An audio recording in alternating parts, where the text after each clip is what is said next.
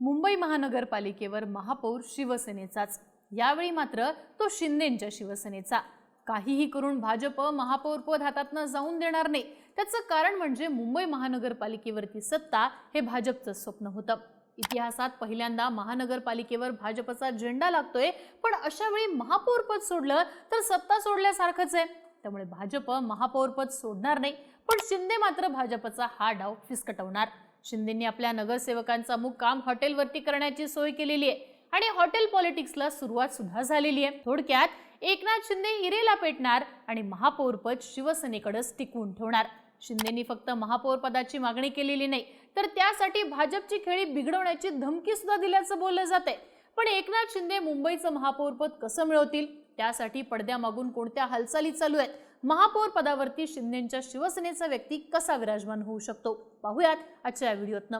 नमस्कार, मी आरती आणि तुम्ही बघताय बोल भिडू। महानगरपालिकेच्या निकालानंतर मुंबई महानगरपालिकेत भाजपची संख्या 89, तर शिंदेंच्या शिवसेनेचं संख्याबळ 29 इतकं। दोघांची एकत्रित बेरीज होती 118, तर बहुमतासाठी आणि सत्ता स्थापनेसाठीची संख्या 114। बहुमतापेक्षा फक्त 4 जागा भाजप आणि एकनाथ शिंदे यांच्या जोडीला मिळाल्यात। खरं तर महानगरपालिकेच्या निवडणुकीत शिंदेंची नवी मुंबई, संभाजीनगर सहित MMR रिजन मध्ये नाकाबंदी करणारी भाजप आता मात्र शिंदेंच्या तावडीत सापडली आहे। कारण बहुमतासाठी आता भाजपला एकनाथ शिंदेंची गरज भासणार आहे। एकट्याच्या हिमतीवरती भाजप सत्ता स्थापन करू शकणार नाही। दुसरीकडे 3.5 वर्षात जिल्हा परिषद वगळता आता महत्त्वाच्या इलेक्शन्स नाहीयेत, त्यामुळे हाच शेवटचा वार म्हणून आपलं उपद्रव्य मूल्य दाखवण्याच्या तयारीत एकनाथ शिंदे आहेत। दुसरीकडे भाजप सुद्धा अशा कोंडीत सापडलेलं आहे की शिंदेंना महापौरपद देण्याशिवाय भाजपला पर्याय राहणार नाही। सुरुवातीला भाजप नेमकं कसं कोंडीत सापडतंय ते समजून घेऊया। तर भाजपला महापौरपद एकनाथ शिंदेंना सोडावं लागू शकतं। त्याचं पहिलं कारण म्हणजे इलेक्शन मधलं नरेटिव्ह। मराठी महापौर या मुद्द्याभोवती महानगरपालिकेची निवडणूक गाजली। भाजप आली तर बिगर मराठी महापौर होईल असं बोललं जाऊ लागलं। त्यातनं इलेक्शन मध्ये मराठी मतांचं ध्रुवीकरण करण्यात ठाकरेंना यश मिळालं। संख्याबळ जरी कमी दिसत असलं तरी जी वाताहत ठाकरेंची होईल ती झाली नाहीये। त्याचं कारणच मराठी माणसांचं ध्रुवीकरण आहे। मराठी, महाराष्ट्र या दोन अस्मिता घेऊन उद्धव ठाकरे भविष्यात महाराष्ट्रभर हातपाय पसरू शकतात याची जाणीव भाजपला झालेली आहे। दुसरीकडे ठाकरे आणि मुंबई हे एक इमोशनल नातं होतं।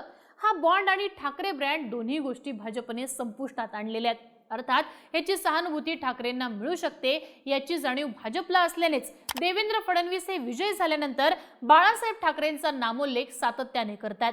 ठाकरे संपवले हा फॅक्टर ठाकरेंना पुन्हा उभा करू शकतो आणि त्यामध्ये शिवसेनेचं अस्तित्व मुंबईतनं संपुष्टात आणल्याचा, मराठी माणसाचं अस्तित्व मुंबईतनं संपुष्टात आणल्याचा ठपका भाजपवरती बसताना दिसू शकतो।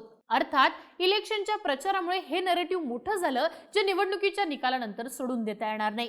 म्हणूनच फक्त मराठी किंवा फक्त हिंदू महापौर करून भाजप मुंबईतल्या मराठी माणसांना आपल्याकडे खेचून घेऊ शकणार नाही।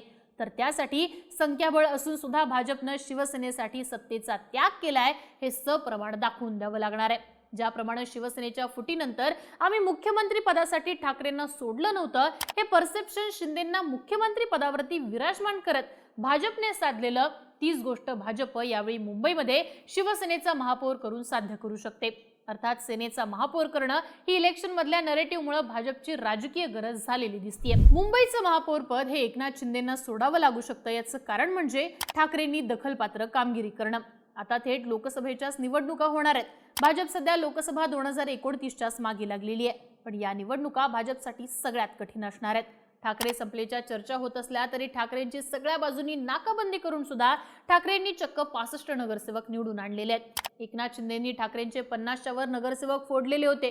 दुसरीकडे दुसऱ्या क्रमांकाचे उमेदवार सुद्धा भाजपने आपल्या पक्षात घेतले होते।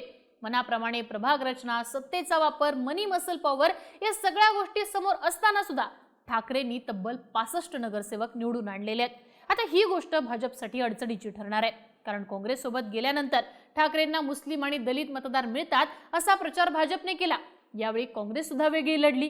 एकीकडे तुल्यबळ उमेदवार नव्हते, दुसरीकडे मुस्लिम दलित सुद्धा सोबत नाहीयेत। अशा वेळी सुद्धा ठाकरेंनी आपला वोट शेअर कायम ठेवलाय। म्हणजे महाराष्ट्रात ठाकरेंच्या नावाने मतदान होतं आणि ते चांगलं मतदान घेऊ शकतात याची जाणीव भाजपला झालेली आहे। ठाकरेंना मोकळीक मिळाली तर पुढच्या लोकसभेला ठाकरे पुन्हा भाजपला अडचणीत आणू शकतात आणि अशा वेळी एकनाथ शिंदेंना बळ देणं ही भाजपची गरज राहणार आहे। अगदी थोडक्यात सांगायचं झालं तर मध्यंतरी कुबड्या दूर करा असा मेसेज भाजपला अमित शहांनी दिला होता। पण कुबड्या वापरत असताना भाजपने पाय अधू करून घेतलाय ही वस्तुस्थिती आहे. पर्यायाने आता कुबड्या दूर करता येणार नाहीत ही सुद्धा वस्तुस्थिती आहे. शिंदेंना मर्यादित करण्याच्या नादात ठाकरे मोठे होऊ शकतात ही जाणीव कालच्या निकालानं भाजपला आलेली आहे. त्यामुळेच भगवा दूर करण्यापेक्षा शिंदेंच्या माध्यमातून शिवसैनिकांची मतं आपल्याकडे खेचून घेण्याचा प्रयत्न भाजपला करावा लागणार आहे आणि त्यासाठी दृश्यात्मक पातळीवर भाजपला शिवसेनेचा महापौर द्यावाच लागेल. आता जसं भाजपला शिवसेनेला महापौर पद देण्याशिवाय पर्याय राहिलेला नाही, त्याचप्रमाणे एकनाथ शिंदे सुद्धा एकेरीवरती येऊन महापौर पद घेताना दिसतील. यासाठी ते आपली ताकद पणाला लावतील असं आपण का म्हणतोय, तर त्याचे सुद्धा काही कारण आहेत. त्याचं पहिलं कारण आहे अजित पवार. अजित पवार महायुतीत आल्यापासून शिंदेंना मर्यादित करण्याचा कार्यक्रम भाजपने केल्याचं बोललं गेलं. त्या महानगरपालिकेच्या निमित्तानं भाजपनं सोयीनं एकनाथ शिंदे आणि अजितदादांना दूर केलं. शिंदे नवी मुंबई, संभाजीनगर अशा अनेक ठिकाणी स्वतंत्र सुद्धा लढले, पण इथं त्यांनी भाजपवर टीका केली नाही. पण अजितदादांनी मात्र हा समतोल राखला नाही. अजित पवार भाजपवरती जोरदार बरसले. यातनं भाजप मोठ्या प्रमाणात डॅमेज झाली. पण अजित पवारांच्या या कृतीमुळे भाजपच्या लोकांना एका गोष्टीचं शहाणपण मिळाले, ते म्हणजे अजित पवार आपले कायमचे दोस्त नाहीयेत. त्यांना बाजूला केल्यानंतर ते तितक्याच द्वेषानं भाजप विरोधात लढू शकतात. दुसरीकडे एकनाथ शिंदेंनी सत्तेतला वाटा मागताना भाजपला थोरला भाऊ म्हणून मान्यता दिलेली आहे. शिंदेंच्या या कृतीमुळे भाजपसाठी एकनाथ शिंदेच बरे असंच ठरताना दिसतंय. अजित पवार हे एकनाथ शिंदेंना पर्याय ठरू शकत नाहीत याची जाणीव झाल्याने शिंदेंना जपण्यासाठी भाजप पुढच्या हालचाली करू शकतं. अर्थात अजितदादांमुळे शिंदे फायदाच जातात असं चित्र दिसतं. आता एकनाथ शिंदेंना महापौर पद हवंच याचं दुसरं कारण म्हणजे विधानसभेनंतर घेतलेली माघार आणि आता आलेली संधी. विधानसभेत भाजप एक हाती बहुमताच्या जवळ पोहोचल्यावर शिंदेंना मुख्यमंत्री पदावरचा दावा आपसूक सोडावा लागला. त्यानंतर अजितदादांमुळे एकनाथ शिंदे दुसऱ्यावरनं तिसऱ्या क्रमांकावर फेकलेत अशी चर्चा झाली. MMR रिजनमध्ये रवींद्र चव्हाण, गणेश नाईक यांच्या माध्यमातून भाजपनं शिंदेंची फिल्डिंग लावली. मुंबई परिसरातल्या महापालिकेतनं त्यांना वजा करण्याचं धोरणच आखण्यात आलं. त्याचं महत्त्वाचं कारण देखील पुढच्या इलेक्शनमध्ये एकनाथ शिंदेंची आमदारकी, खासदारकी याचा वाटा कमी करणं हाच होता. एकनाथ शिंदे सुद्धा पर्याय नसल्याने दोन हात करत राहिले, पण मुंबई महानगरपालिकेच्या निमित्तानं पुन्हा आपलं महत्त्व अधोरेखित करण्याची संधी शिंदेंपुढे निर्माण झाली आहे आणि हीच संधी एकनाथ शिंदे सोडणार नाहीत. म्हणूनच एक हाती बहुमत असताना सुद्धा शिंदेंनी आपल्या नगरसेवकांना हॉटेलमध्ये ठेवण्याची सूचना केल्याचं दिसतं. कारण ड्रामा झाला तरच पुढचं बोलणी करणं शिंदेंसाठी सोपं ठरू शकतं. थोडक्यात काय तर काहीही करून मुंबई महानगरपालिकेत शिंदे आपला महापौर करणार असंच सध्या तरी जे काही चित्र दिसतंय त्यावरून स्पष्ट होतंय. तुम्हाला काय वाटतं? भाजपच्या सर्वाधिक जागा आलेल्या असताना भाजप एकनाथ शिंदेंना महापौर पद देईल का? भाजप शिंदेंपुढे नमतं घेईल का? याबद्दलची तुमची मतं आम्हाला कमेंट बॉक्समध्ये प्रतिक्रिया लिहून नक्की कळवा आणि अशाच राजकीय घडामोडी पाहण्यासाठी बोलबिडूला सबस्क्राईब करा.